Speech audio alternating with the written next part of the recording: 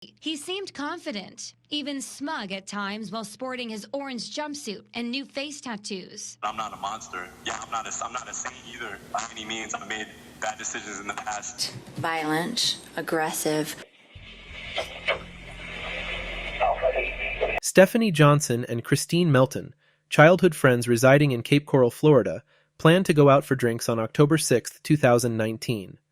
They chose to be safe and took an Uber to the Buddha on McGregor Boulevard in Fort Myers. While they were enjoying themselves, a man named Junior or JR approached them and seemed particularly interested in Christine.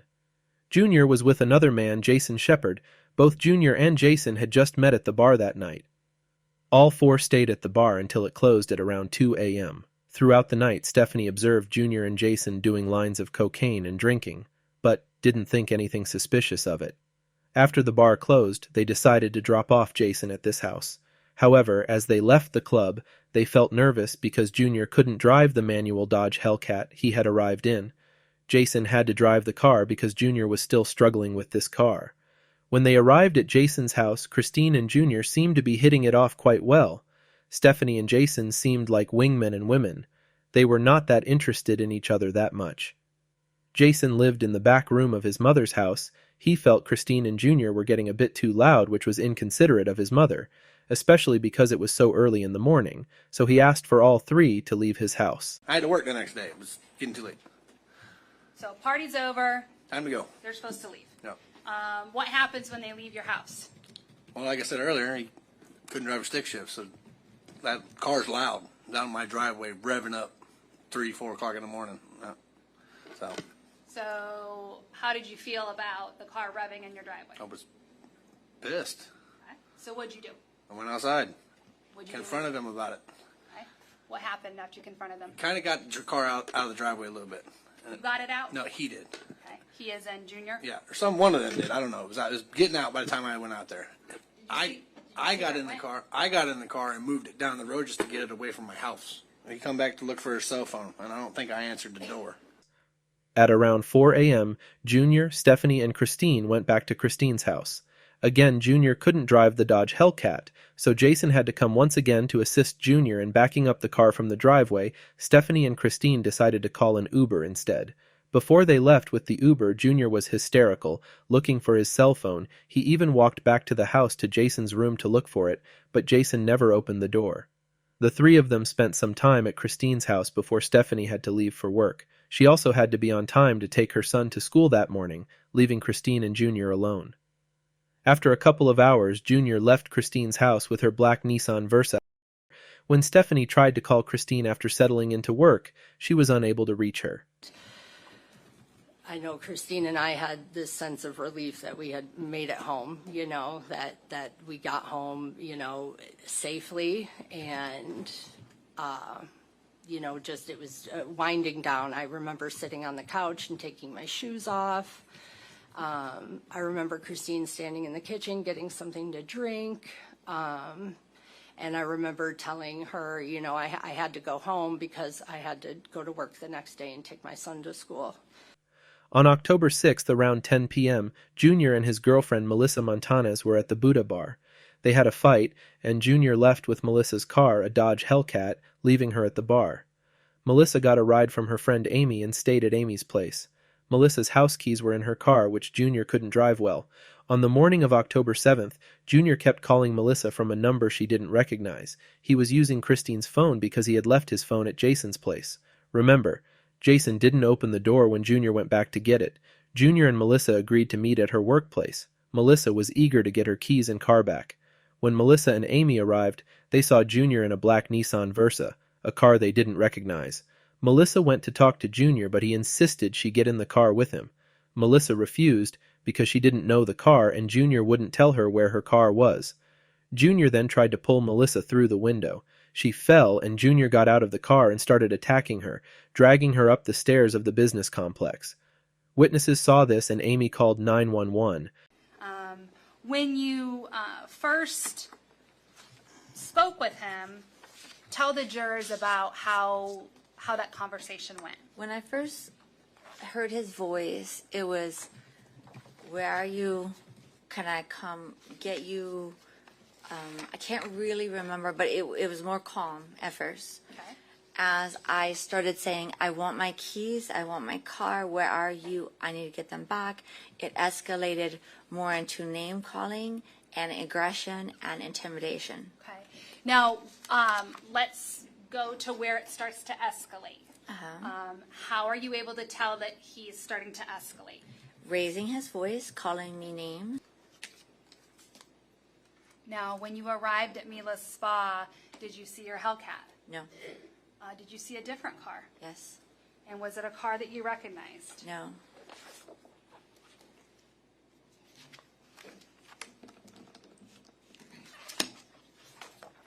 I'm showing you State's Exhibit 5. Does this look like the car that he was driving? Yes. And again, was that a car you had ever seen before? No. Now, when you got there, did you get out and try to talk to him? Yes. And again, what were you trying to talk to him about? I went to the driver's side window. He wrote it down. I said, where are my keys? Where's my car? He was calm and just saying, get in the car, get in the car. And it escalated quickly. Did you agree to get in the car? No. And when you would not agree to get in the car, how did he act? Violent, aggressive, tried to pull me in the car physically. And I resisted, got plank style so that he could not grab me into the vehicle. When you say you got plank style, could you just show the jurors what you mean by that? And I was being pulled into the car by my dress. Okay, so for the record, you just stood up and put your hands straight above your head. Yes, so that I was not being able to be budged into the vehicle. And you said he's pulling at your dress. Yes. Can you describe in more detail how he's pulling at your dress? He's pulling dress, probably a little hair, everything, and then the dress starts to rip off of my body. And what happens after that? Once he realizes that the threads were becoming, I was getting away from him and he was still holding onto the dress, he opens the car door, obviously forgets to put it in park. The car starts to roll forward. He tackles to me to the ground. The car grazes both of our legs and I'm pummeled to the ground. How hard did he push you to the ground? I'm sorry, I don't recall. This is also fast and he's very heavy and I'm 5'2", he's 6'6", so. Now, what happens after you are pushed to the ground? I start to get beat. Describe what you mean when you say he was beating you. It all went so fast and so slow, whether it be punches, slapping, choking, that kind of nature. Yes. Now, you mentioned that the fight is happening around the car. Does Yeah. the fight move at some point? Yes, so I either get drugged, pulled, can't remember, by my hair, or arm, or dress, to I'm trying to reason with him, trying to talk to him, but there's nobody behind those eyes anymore. So there was no reasoning with him. I got to the front of the staircase, and I'm holding onto that, and a crowd begins to develop. I'm expecting people to help, call 911, so I'm just trying to bide my time at that point as quickly as help can get there, and that's not working either. I'm starting to get punched and grabbed and choked and all kinds of things again. Somehow we move up to the upper level. I'm trying to convince him, let's just go in Mila's spa. We'll talk about it there. We're safe there. What was your thought process in getting him to your spa? Elongate the amount of time it took to get help. I was trying anything that I could to expand the amount of time that I didn't have to go to his car where I'd probably never be seen again. Just elongate the amount of time. I knew help was on its way. The cop even said that's the most amount of pings they've ever heard from a 911 call ever. There was a crowd out there. Okay. So you're essentially trying to buy time, Yes. hoping police will get there yes, to get you away help. from him. Yes. Now, you say so you're getting drugged by your hair, you're getting drugged by your dress. Uh-huh. Are the stairs to the left of the building the ones that the two of you go up? Yes. And do you end up stopping once you get upstairs? We ended up right outside suite number 6 is where my unit was at the time. And I didn't know whether, in my head, I didn't know whether I was going to be thrown over. I didn't know whether he was going to drag me in and then they would have to resuscitate my body if they got me inside. I knew I was going to die that day. I was just buying time. Okay, so at some point, does he continue to beat you as you're up there?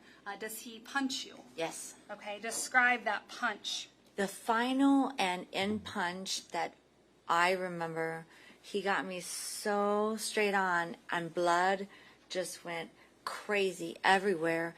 And it almost was like a minute where I could dunk under and run under his arm, run down the stairs. And then that's when my neighboring businesses, the design studio, were calling me, Mila, get in here. And then, like, I didn't even realize how crazy I looked, but like they rescued me, and I don't know what happened after that. I'm assuming he left.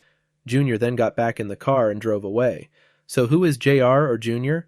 Wade Wilson, now 30, is the son of Steven Testasecca, who is now 46. The name of his mother has been kept private. His parents were 14 and 15 years old when he was born, with his father being the older of the two. After his birth, Wade was placed up for adoption and was eventually adopted by Steve and Candy Wilson. The Wilsons attended the same church as Wade's maternal grandparents. Junior is a pet name that the Wilsons called him when he was growing up.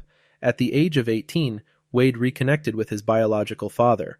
Although their relationship initially seemed promising, it quickly turned toxic, with Wade frequently contacting his father only to ask for money. Wade grew up in Tallahassee and has a history of arrests in Leon County dating back to 2012, including charges of sexual assault, burglary, child cruelty, and firearms offenses. He has also faced accusations of kidnapping and sexual assault by women in Lee and Palm Beach counties. While Melissa was giving a statement for being attacked by Wade, she mentioned that he had called her from an unfamiliar number the morning he drove to her workplace, where the assault occurred. The police traced the number and discovered it belonged to a Christine Melton. Soon after, officers arrived at Christine's house to question her about Wade, only to find officers from a nearby jurisdiction already on the scene. Christine was found deceased in her home with strangulation marks on her neck, her face black and blue, and her fingernails broken. She had been wrapped in sheets after being murdered. Upon arrival, detectives were informed that Christine's black Nissan was missing from her house. The police then intensified their search for Wade and Christine's vehicle. The officers investigating Christine Melton's death received a tip about a black Nissan parked outside Joe's Crab Shack. An officer quickly headed to the location to investigate and called for backup, as Wade was already suspected of being potentially dangerous due to Christine's death and Melissa's assault. Upon locating Wade, the officer began asking surface-level questions, such as why he was parked there and if the vehicle belonged to him. Wade immediately became uneasy and sped away to avoid capture. He managed to escape and drove over 6 miles from Fort Myers to Hancock Bridge in Cape Coral. The business park was home to Mateo Graphics, where Joshua Lukich, an acquaintance of Wade Wilson, worked. Lukich later testified that Wade arrived in a black car and backed up to one of the buildings on the property. He was trying to get a plane ticket or a bus ticket from me to get out of town, Lukich said. He was bloody and was missing a couple of teeth. Lukich claimed that Wasdi then confessed to the murders. He said he killed people and rolled up someone in a carpet or bedding, Lukich recounted. Joshua immediately called 911, but by the time police arrived at his workplace, Wade had already fled again. While the search for Wade was underway, Coral police received a report of a missing woman named Diane Ruiz. On the morning of October 7, 2019, Linda Giancola texted her friend and co-worker Diane Ruiz, asking, "Hey, do you want me to run over and pick you up?" Diane declined, saying she wanted to walk since she lived close to the Moose Lodge where they both worked. Linda was short-staffed, and Diane had agreed to help out. When Diane didn't show up for work, Linda knew something was wrong. By 4 p.m., Diane was reported missing.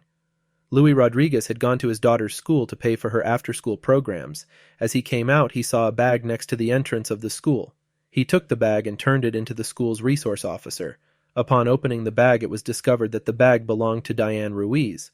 Once the Cape Coral Police Department got involved, they were able to realize that she was the same woman that was recently reported as missing. The details below may be disturbing for sensitive viewers. Please be warned. Around 7 p.m. that evening, Wade called his father and confessed to killing 2 women. His father, however, didn't take him seriously, thinking it was just another one of Wade's rants. Wade called again around 10 p.m., this time detailing how he met a girl at a bar, went back to her place, and choked her after she fell asleep. Did he end up calling you later that evening? Yes, ma'am. And what did he tell you in that call that evening? The final call? Nope, the call before the final call. He just told me, he did something. There was 2 people gone that would not be back. He said, I'm a killer. I just told him to call me back. I just thought it was another story, So at this point, when he says that there were 2 people that wouldn't be with us and that he was a killer, did you put a lot of weight into that? No, ma'am. Did you think he was just telling you a story? He's a good storyteller. So did he then call you back a 3rd time? Yes, ma'am. What time did he call you back? It was around 10 o'clock. I want to go back to that dinner time call. When he talked about these 2 people who were no longer with us and that he was a killer, did he show any type of remorse? No, ma'am. So let's go now to the 10 o'clock call. Again, your wife knew about kind of what was going on during that day. Yes, ma'am. And when he called back at 10, did he go into more details about what he had told you earlier? Yes, ma'am. So let's start with the first girl. If you could tell the jurors, what did he tell you? He just said he met a girl at a bar. They went back to her house, hung out for a little bit, and then she fell asleep. What did he say happened after she fell asleep? He said he got on top of her and choked her. What name did he call her? Did he refer to her in a derogatory term? He said, I choked that bitch. Okay. And what did he say he did after he choked her? He said he stayed in the house for a little while, and then he rolled her up and was going to try to put her in her trunk, but he couldn't lift her. Did he say why he was unable to put her in her trunk? He said that he felt like rigor mortis had started to set in. And does rigor mortis make your body stiff? You didn't know? I think so. Yeah. So he just told you that that was the reason that he couldn't lift her and get her into her trunk? Yes, ma'am.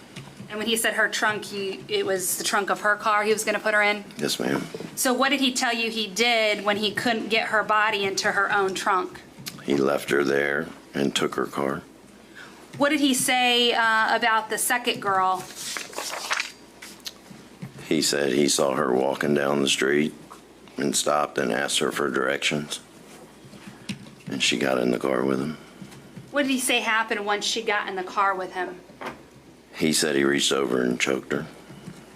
And did he tell you that he choked her while he was driving? Yes, ma'am. Now, what did he say happened after he choked her? He said he was looking for a place to put her body. Did he find a place where he eventually dumped her body? Yes, ma'am. What did he tell you about the situation when he got to the place where he was going to dump her body? He said that he pulled her out of the car and realized that she was still breathing. So what did he tell you he did when he realized she's still breathing? He said he got back in the car and ran her over until she looked like spaghetti. Wade's father later testified that Wade made this call from a house he had broken into. The house belonged to a couple who had just left for a trip to Ohio that morning. Shocked by his son's confessions, Wade's father considered helping him evade the police, but had second thoughts when he thought about the victims' families and friends. He feared Wade was a ticking time bomb who would harm more women. To trick his son, Wade's father said he needed his address to send money, which of course Wade gave to him. He then used this address to alert the police. Wade was apprehended by the Cape Coral Police Department for questioning. Despite the earlier confessions to his father, Wade denied everything when pressured by the police. In November 2019, Wade was indicted on multiple charges, including 2 counts of first-degree premeditated murder. Prosecutors at the time signaled they were seeking the death penalty against Wilson, who remained in the Lee County Jail without bond. Let us take a minute or so to talk about Wade's tattoos transformation. His first mugshot, taken in 2019, shows his various neck tattoos, highlighting the beginning of his altered appearance. Bold capital letters under his chin read, "Bred for War." Each new court appearance presented another opportunity to capture the shifting landscape of Wade's face, marked by fresh tattoos. In 2019, Wilson appeared in Lee County Court, prominently displaying a swastika tattoo on the right side of his head. This swastika, a symbol widely associated with hate and extremism, added a layer of notoriety to Wade's already severe charges.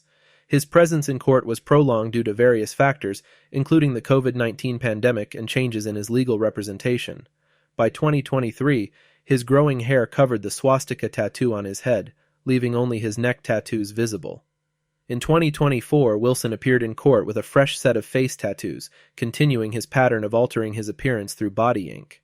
While his longer hair now hides the large swastika tattoo on his head, several new tattoos have emerged, including a smaller swastika under his right eye.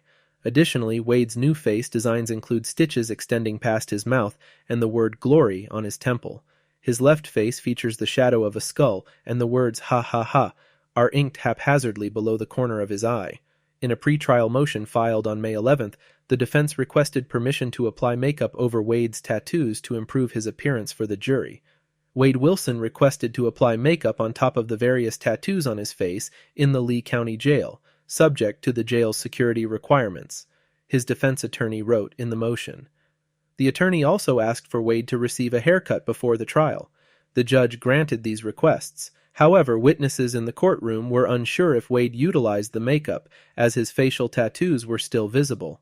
While awaiting trial, Wade contacted Scripps News Fort Myers multiple times. In 2020, he told them that he used to be connected to a high-level human trafficking ring and that he would groom women for them. Wade claimed the group was framing him for the murders as punishment for trying to leave. Through dozens of letters, Wade made some wild accusations, from claiming his innocence to a conspiracy that reached the depths of Lee County institutions.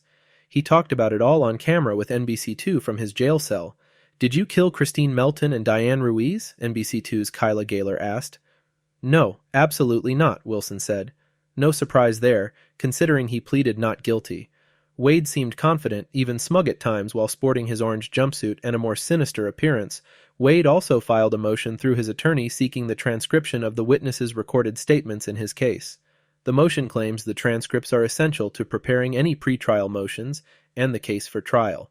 Assistant State Attorney Andreas Gardner signed off on releasing nearly 1,600 pages, including 3 911 calls, audio files, phone records, photos, and videos. In October 2020, Wilson and his cellmate Joseph Katz, who was accused in a domestic violence case, attempted to escape from Lee County Jail through a window. However, the Lee County Police Department stated that even if they had managed to open the window, there was no way the 2 men could have physically fit through it. On June 10, 2024, 5 years after his initial incarceration, Wade Wilson's trial commenced.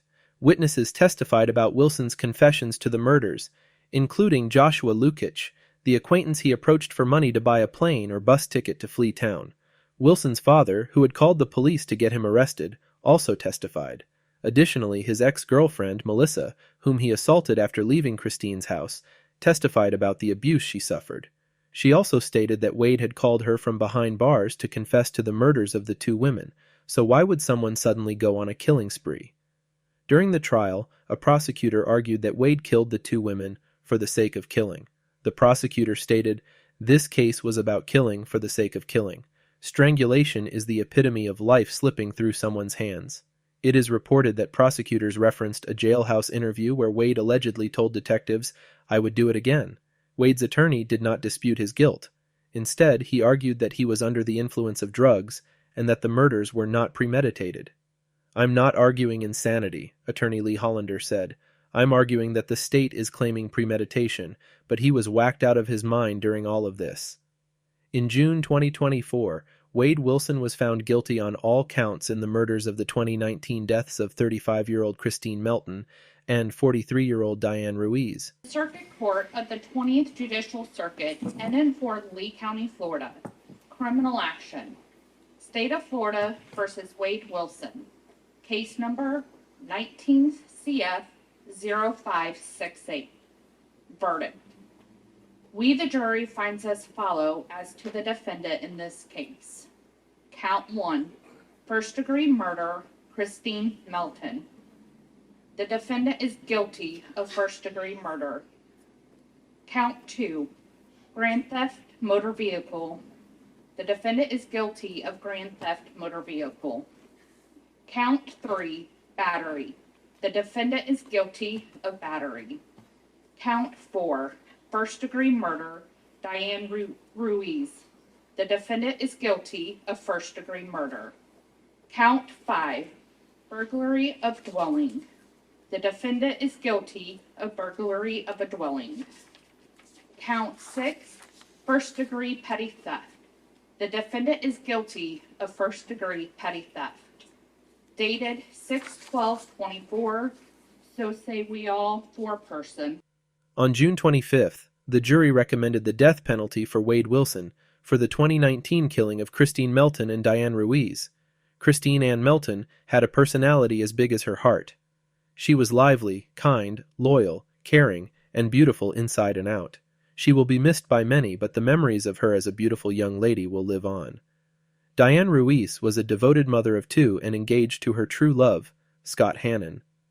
I'm still waiting for her to walk through the door, but I know in my heart that it's not going to happen, said Scott. Ruiz's last text to Scott said, I love you. Her colleagues described her as the heartbeat of the bar. She always had everybody's back. She had a truly magnetic personality, sending strength and healing to Melissa Montanes, one of Wade's survivors. Trusting her instincts not to get into that car saved her life. Our condolences to the family and friends of all the victims.